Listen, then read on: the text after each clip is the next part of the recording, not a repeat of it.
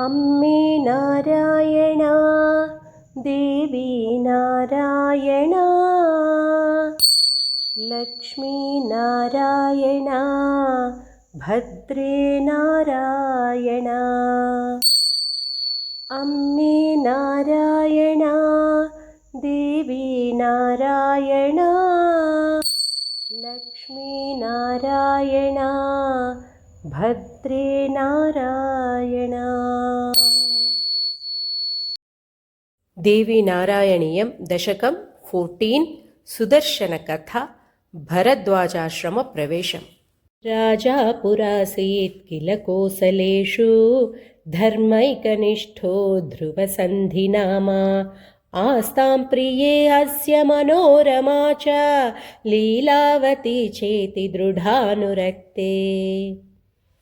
मनोरमासूतसुदर्शनाख्यं कुमारकं शत्रुजितं च सौन्या संयर्धयं स्तौ मृगया विहारी वने नृपोहा हरिणा हतोऽभूत्। विचिन्तयन् राजकुलस्य वृत्तं तज्ज्येष्ठपुत्रस्य सुदर्शनस्य राज्याभिषेकाय गुरुर्वसिष्ठः चकारमन्त्रं सचिवैः समेतः। मातामहशत्रुजितो युधाजीदभ्येत्य सद्यो मितवीर्यशाली राज्ये स्वदौहित्रमिहाभिषिक्तं कर्तुं कुबुद्धिः कुरुते स्म यत्नम्।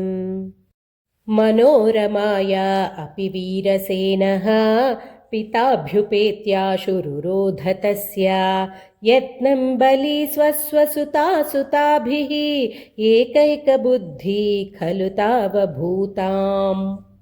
कृत्वा विवादं च ततो नृपौ द्वौ घोरं रणं चक्रतुरिद्धरोषौ युधाजिता तत्र तु वीरसेनो दैवाधतोऽभूत् हरिणा करीवा। राज्येऽभिषिक्तः खलु शत्रुजित्सा बालस्ततोऽयं रिपुभिर्युधाजित् दौहित्रराज्यं सुखमेकनाथः शशास वज्रीव दिवं महेशी।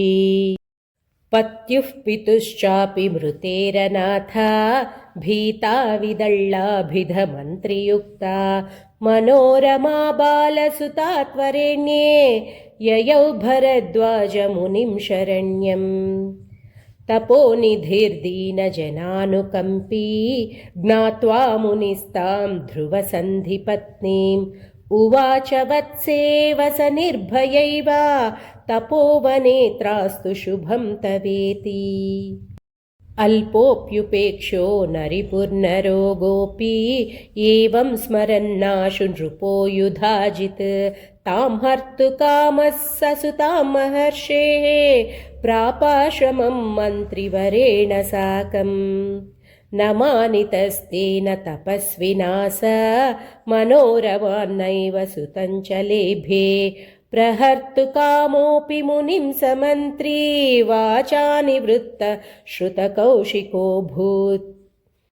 एवं मुनिस्तां ससुतां ररक्ष भीतोऽस्मि संसारयुधाजितोऽहम् न मे सहायोऽस्ति विना त्वयैषा सनूपुरं ते चरणं नमामि।